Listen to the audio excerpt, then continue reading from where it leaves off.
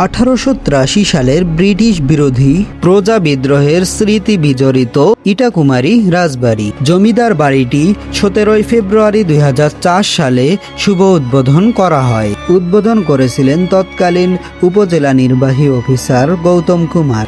বিস্তারিত বলা হবে ফুল ভিডিওতে। প্রিয় দর্শক, দেখতে পাচ্ছেন আমি যেখানে দাঁড়িয়ে আছি, এটা তৎকালীন জমিদার বাড়ির যে পাহারাদাররা ছিল তাদের একটা কুঠি।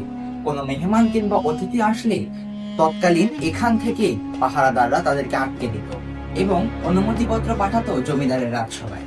জমিদার যখন এই রাজসভায় অনুমতি দিত তখন এখান থেকে তাদেরকে নিয়ে যাওয়া হতো জমিদারের রাজসভায়। এরপর আমরা উপরতলার দিকে রওনা দিলাম।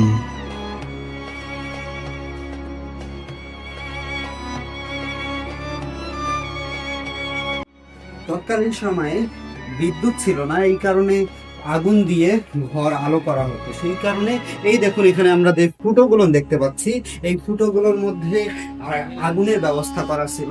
সে সময় এইটার মাধ্যমেই আলোকিত হতো রুম। তো তৎকালীন সময়ে আমার মনে হয় যে এইটাই সেই রাজসভা ছিল। এখন হয়তো বা অনেক বছর হয়ে যাওয়ার কারণে রাজসভা ভেঙে যেতে চারদিক দিয়ে আমরা দেখতে পাচ্ছি। তো একটু ক্যামেরাম্যান একটু দেখাও।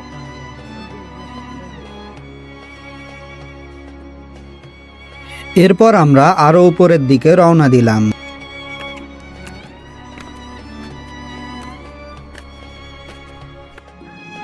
এখন আমরা আছি একদম উপরের যে তলা, এই তলায়। আমার খুবই রিস্ক লাগতেছে, খুবই রিস্ক, কারণ এই জায়গাটা অনেক পুরাতন হয়ে গেছে, অনিরাপদ। দেখুন, অনেক জায়গা ভাঙ্গা।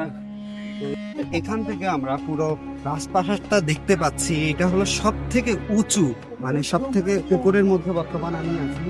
তো এখানে কিন্তু হাঁটাহাঁটি করা অনেক রিস্ক, অনেক। তো আপনারা আসলে একটু সাবধানতা অবলম্বন করবেন। তো আমি আপনাদেরকে আরো কিছু জিনিস দেখানোর চেষ্টা করি রাজবাড়ির আশেপাশে যে জিনিসগুলো আছে।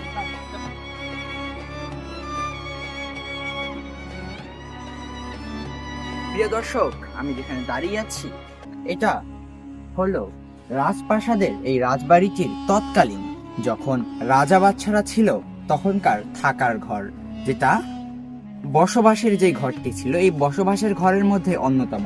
আমি যদি আপনাদেরকে দেখানোর চেষ্টা করি, তো এখানে এটা সম্পূর্ণরূপে ভেঙে পড়ে গেছে এই প্রাসাদগুলো। তো আমি এখন বর্তমান যেখানে দাঁড়িয়ে আছি, এই জায়গার মধ্যে ছিল তৎকালীন সময়ের রান্নাঘর, এবং রান্নাঘরে রান্না করার জন্য যে পানির প্রয়োজন হয়, সেই পানির জন্য এখানে একটা কুয়া দেখতে পাচ্ছেন আপনারা। এখানে তৎকালীন সময়ে পানির যে প্রয়োজন ছিল, সেই প্রয়োজন মেটানোর জন্য এখানে তৎকালীন সময়ে একটা কুয়া করা হয়েছিল। এবং এই জায়গায় রান্নাঘর ছিল। কিছুদিন আগে রান্নাঘরটা ভেঙে পড়ে গিয়েছে।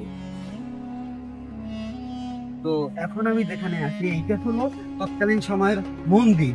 এই মন্দিরে হিন্দুরা পূজা করতো, এবং এই ভিডিওটা আপনাদেরকে দেখানোর জন্য একটু চেষ্টা করতেছি। এখন এখানে মুঠি রাখা হতো এবং পাশে আগুন জ্বালানোর ব্যবস্থা আছে। সেই সময় কারেন্ট ছিল না।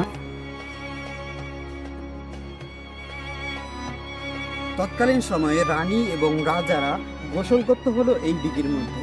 এই দিঘির মধ্যে যেই নামার জন্য যে সিঁড়িগুলো ছিল, সেই সিঁড়িগুলো ভেঙে ফেলা হয়েছে, কারণ এই দিঘিটার মধ্যে মাটি কাটা হয়েছিল এক সময়, এই কারণে। তো এই দিঘিটার ঐতিহ্য একদম বিলুপ্ত হয়ে গেছে। ধরতে গেলে কেউ বুঝতে পারবে না এটার মধ্যে রানীরা এবং রাজারা গোসল করত। এখন আমি যে কুয়ার পাশে দাঁড়িয়ে আছি, এটা হলো 1324 সালে 72 জোট। এই জোটের নাম হলো JKRG 5 মিস্ত্রি দ্বারা এই কুয়াটা তৈরি করা হয়েছিল। তো এই কুয়াটা আমরা পরে যেটা বুঝতে পারলাম যে এই রাজপ্রাসাদ তৈরি হওয়ার আগে এই কুয়াটা তৈরি হয়েছে।